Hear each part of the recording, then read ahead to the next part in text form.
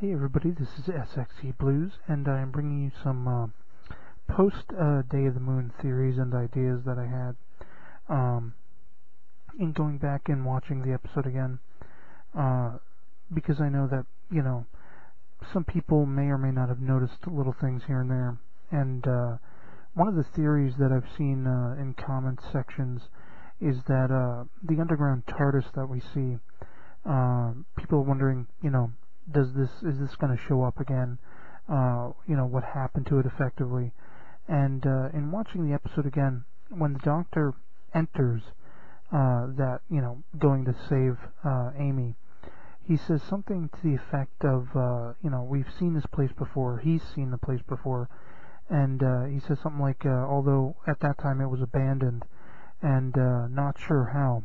And then he says, but I guess we're about to find out. This stands out to me because what I immediately think is that this is Stephen Moffat's way of saying this is the TARDIS that we see in the lodger, and obviously in that episode it's abandoned.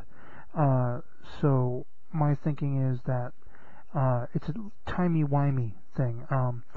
They're encountering it for the second time, technically, but from the makeshift TARDIS's point of view, it's the first time they're encountering the Doctor, and it thus, jumps to a future point from where it is in 1969 in Day of the Moon episode, thus going back in time for us, the viewer. So essentially what I'm saying is I believe this is the same TARDIS. I believe that they found it in 69 and it jumped to present day, and this is, I think, at least the gist I'm getting is this is the same TARDIS, and it's when we the viewer first encounter it and seemingly the Doctor first encounters it, it's after the events in this episode, put it that way. This is just a working theory. I could be proven wrong, but the dialogue seems to suggest that.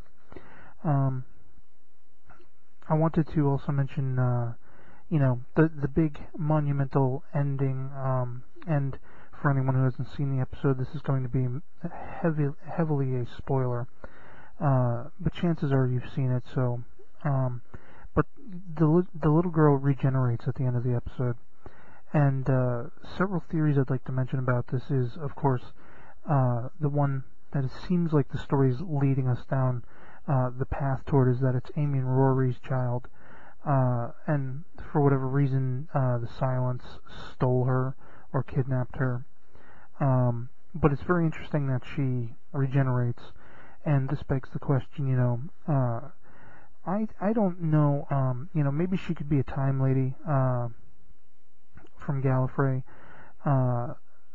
like that's been in disguise or something along those lines, but I'd also like to bring up the fact that it could just be that it's Amy and Rory's child, and the TARDIS has had a strange effect on her, from Amy being in the TARDIS for so long. This is an avenue we haven't really ever explored in Doctor Who, but I want to call back to back in the 10th Doctor era when Rose visits home and her mother says something about how she's been traveling with the Doctor for so long, she's changed, and it's like she's not the Rose that left anymore, and it's having an effect on her, and plus, adding into the fact that Rose kind of became connected to the TARDIS when in the 9th Doctor era she took in the heart of the TARDIS, and the vortex into her. So I'm just thinking, if she could be changed by being in the TARDIS, like exposed to it for so long a time, it's conceivable that if it's Amy and Rory's child, her fears could be validated that the TARDIS had an effect on her child, and the child was kidnapped and dying for whatever reason. If in fact it's not a little girl time lady. And then another theory I had is, I mentioned this on Friend's channel in a comment, but I wanted to bring it up on my channel too, because I'd love to get feedback on this theory, but for anyone following the rumor mill with Doctor Who, it was suggested, and it could have been just somebody, messing about and playing around with us, but that the potential for David Tennant, Billie Piper, and even Freeman Agyeman and Noel Clarke could all reprise their roles as Dr. 10.5, Rose, Martha, and Mickey, respectively, in the current series.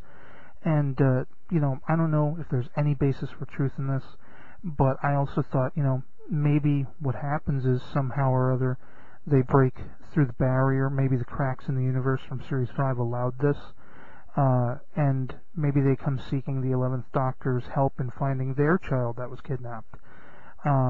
Surely the idea of the TARDIS having an effect, and the Doctor 10.5 being part Time Lord, would allow for that. But who knows? Who is this little girl? Could she grow up to be River Song, which is another possibility?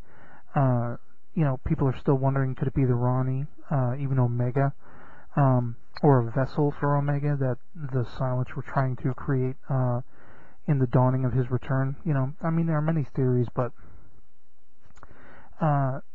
jumping to the point with River when she kisses the Doctor, and he, she thinks he's done this before with her, and once again, on my friend's channel, he said in a video, he alluded to the idea that one of his theories, or maybe one of his posters theories, comments posters, that is, not wall poster. I don't think a wall poster can think too well. I don't know, maybe it's just me. But one of his commenters will say, perhaps, or maybe it was his theory, as I said, but that could she have in fact met someone who looked like the Doctor and just assumed that this was, it was him all along, and this be a sign that, hearkening back to the Impossible Astronaut, maybe that Doctor that was killed, again, kind of like a previous theory I mentioned in one of my previous videos, maybe that's not the genuine Doctor. Another idea is that it's just her timeline with Doctors coming to an end.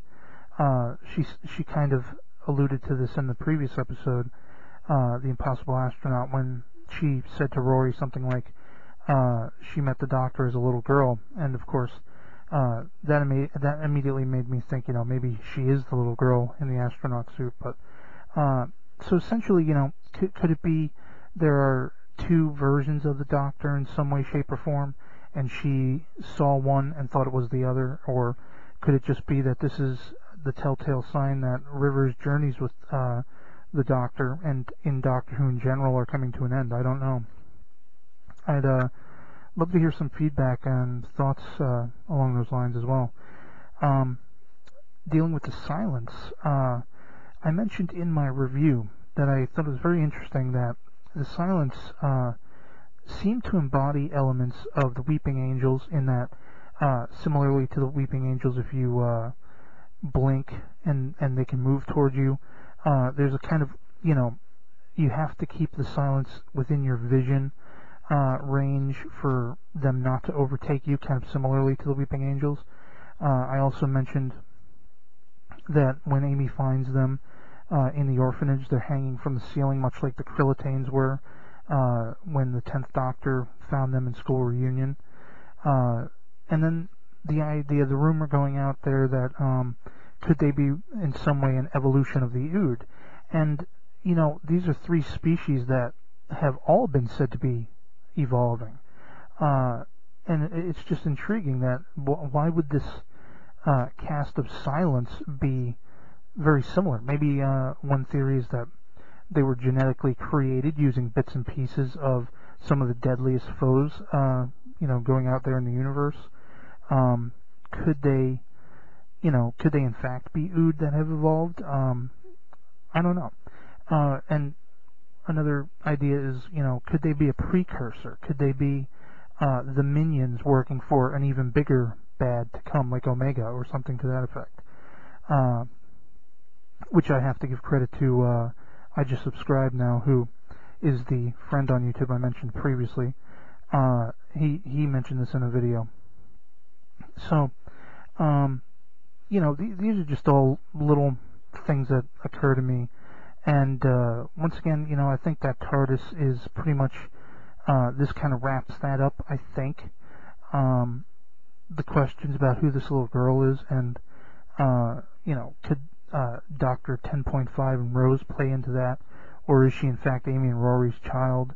And or is she River Song or another time lady? And as I say, the silence, is this the last we've seen of them too? These are all questions that we're kind of left with when this Day of the Moon episode ended.